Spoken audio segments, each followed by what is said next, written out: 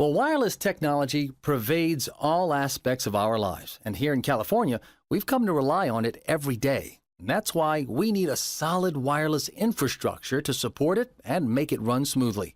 And that's where our next guest comes in. The California Wireless Association. They're a 501c3 nonprofit professional association that brings a unified voice to the wireless industry in the state of California.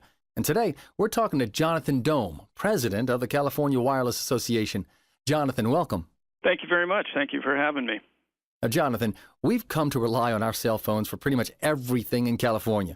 What does it take to keep this infrastructure going?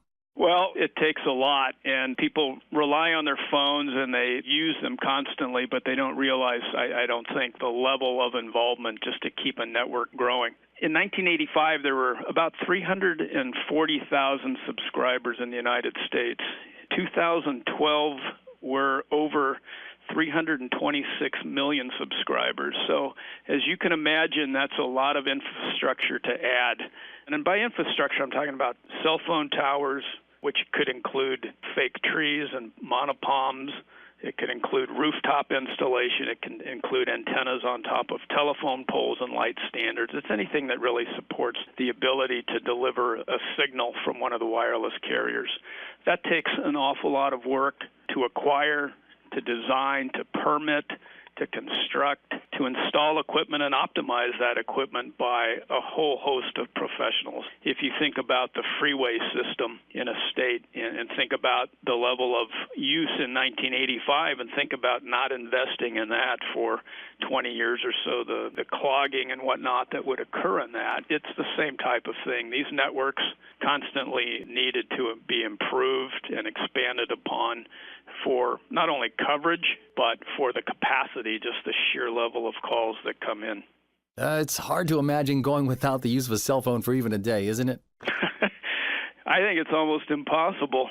All you have to do is look around you in a public place or an airport, something of that nature, and you see that people are constantly on their phones. That would be an interesting exercise to do. I don't think people could do it. But, the one thing I want to emphasize is that, it does take a network to put the signal out, a wireless network. And in fact, there's a lot of work going on behind the scenes so that we can use our phones every day, and we've come to rely on it, obviously.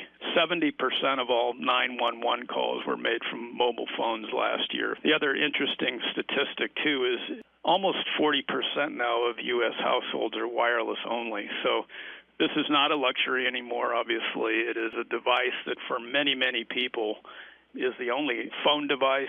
And as you know, smartphone use is increasing dramatically. About 50% of Americans have smartphones as well. And so they're using that for primary business access to the internet and for broadband services as well.